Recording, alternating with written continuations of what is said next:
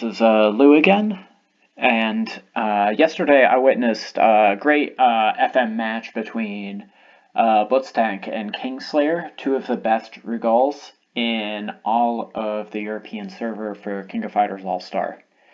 And I thought I'd break down what exactly made this such a great match to watch. I liken this to watching something like a wrestling match, and to that extent, I'm going to be using some terminology, which is very similar. For every 10% a fighter loses, I'm going to call that 1 point. And ultimately, right, you want to be the first to 10 to win a match. But if you're winning on points by the end of the round, then, you win. Pure and simple. So, as always, every match starts 0-0. And one. For the first 8 seconds, I want you to pay attention to this specific panel right here in the ring. It's about parallel with the clock hands. That's something that always kind of bothered me about this stage, is it's never exactly centered. But I digress. For the first 6 seconds of this match, watch as both girls do some baiting here, trying to go around this stage, this part of the stage, and right here when Kingslayer steps on that specific panel is when Blitz goes on the offensive. So he's obviously going to S3, and Kingslayer dodges into it. He gets SA from a specific card, which he had equipped. I'm not sure if it was a Shine set, Mortal Successor, Tekken, Mai and Andy. It's a little difficult to tell. But this is a good move early on. Blitz was combo. And right now the score is 3-0 in favor of Blitz. Kingslayer is in a decent position after the S2 though, because you'll notice that before he hits the S2, he's got the hyper armor. After he hits the S2, he does not. So this is something of an opening that Kingslayer could take advantage of. He has the armor, Blitz does not. At the same time, it's understandable not to take that opening because of the risks involved. These are two of the best Rugals, and while there is something to be said about risky play, you don't usually get to the level of these fighters or these players in EU without having solid fundamentals. So right here, Kingslayer's going to take more of an aggressive stance, hits an S2, he's in the corner, that gives Blitz time to back off, and now Kingslayer is relegated to Blitz's corner. Blitz has the entire rest of the ring to work with. He's in a decent position right now. He has all 3 of his skills, and he can work to kind of fish here. But what you're going to see at this 45-second mark is Kingslayer is going to try to do some fishing of his own. So Blitz tries to go in with an S3 here. In retaliation, Kingslayer is going to try to go in with his own S3. I'm not sure if it was a button complication, but the catch was attempted early, and that's something of a theme that you'll start seeing for the rest of the match. And it'll come up again. Blitz is able to cut back to the middle of the ring, and easily dodges this. It's now back to neutral. This is where Blitz makes really his only mistake of the match. After another failed bait with the S3, they're at close to neutral position, neutral man of the ring. Blitz is a little further in Kingslayer's side of the ring than his own, but Blitz is making his way back. And here is probably, this is the mistake. So right here, Blitz hits an S2. I'm guessing he was probably anticipating a block here from Kingslayer, or perhaps a dodge. But he retaliates with an S3, and he goes into a full.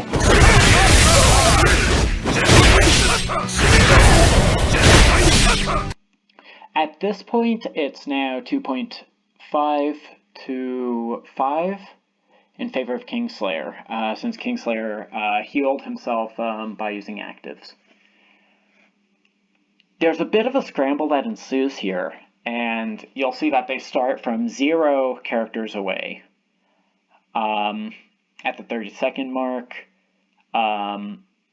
Blitz dodges out, dodges back in, dodges back out, and that S3 bait that Kingslayer was doing earlier comes back again here. Blitz tries to hit the S3, but if you look here, the distance from which he dodges in is a little bit farther than your standard 2 to 3 character dodge distance. Blitz dodges in here, looks for the S3. There's about half a character to 1 character distance between the hitbox of the S3 and Rugal. And based on what I saw earlier, I feel like this is what Kingslayer was looking for earlier in the match. So this is a good bait on his part.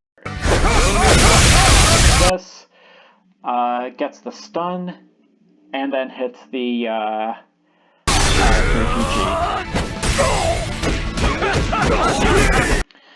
Now, let's discuss the ethics of hitting the 3PG here, because I know that this might be something of a topic of discussion. So, the 2 hits that do the most damage in a 3PG are the first hit and the last hit. And since Blitz's Rugal had hyper armor, the first hit was did 0 damage, but shattered the armor thanks to the immunity. Kingslayer doesn't get the last hit either because of the awakening skill and the dodge out. What I'd argue here is that Kingslayer made the right call here, and here's why. First of all, those punches that he did get in healed him a little bit. It's closer to about 5.5 to 2 match now. Also, he forced Blitz's hand in using the awakening skill. So spending 3PG to remove your opponent's awakening skill, that's probably a pretty good trade. And you'll see here that they retain that single plank distance, which is a good distance to be fighting Rugal for reasons mentioned earlier, with the dodge distance and the S3 starter. Here, I'm a little confused about the awakening. I've seen the video. I've replayed this video about 10 to 15 times now, and perhaps it was out of panic. But you see the dodge in here. Maybe he anticipated the block from Blitz, since it's about 20 frames, or 26 to 28 frames, depending on your character, and that equates to about half a second in real time. You have to make quick decisions there. So maybe he anticipated a block into an S3, in which case that awakening would have bought him time to dodge away. Or perhaps he figured there would be a block to an S2 and wouldn't have time to dodge as well.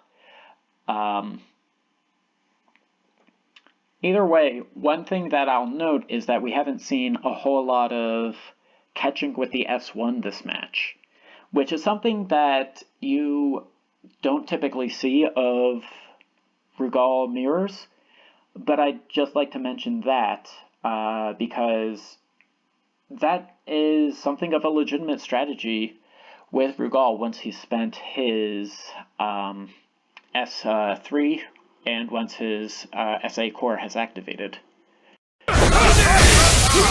So here, Kingslayer's able to bait another S3 to S3. No, he's not. He tries to bait an S1. That misses as well. We're closing in on the final quarter of the match at this point.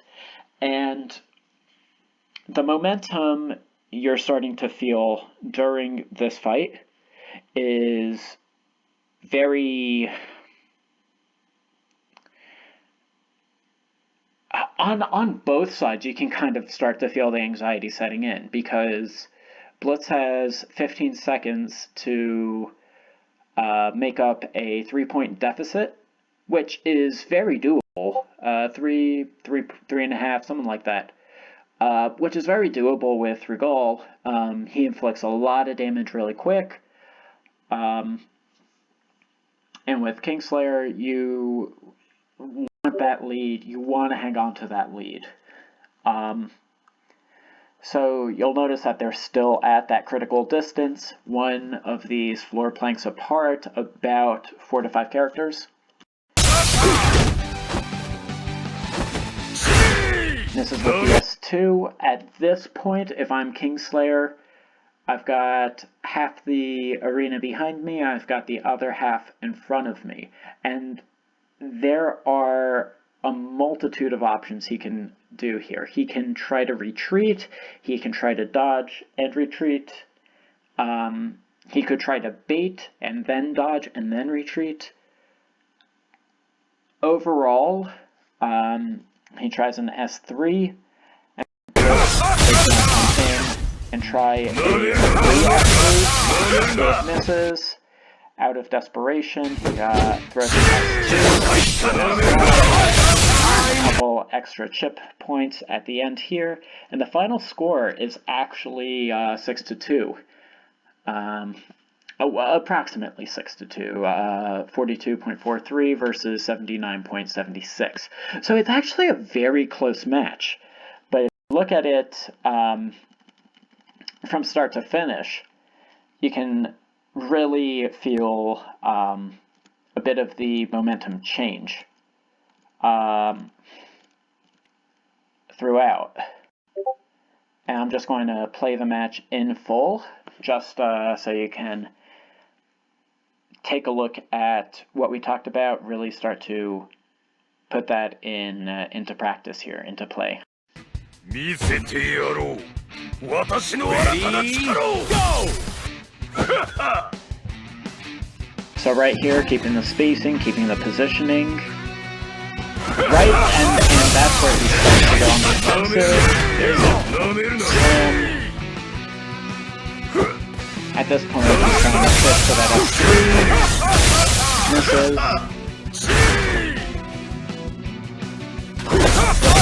S3, S2 right here.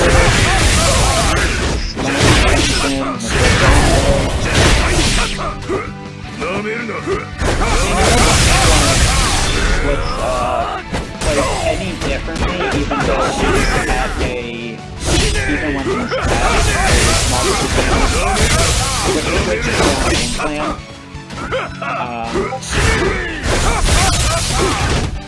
But I just find it very fascinating that all of these decisions that go into a 15-minute video play out over. That's just very fascinating to me. You lose. So I hope you were able to take something from this video. I certainly had a lot to say about this match, and I'm really hoping that this starts getting folks thinking about tactics in King of Fighters All-Star, and overall what can work best for you as a player, what can work best for you and your characters. Thanks for watching. Take care. Bye.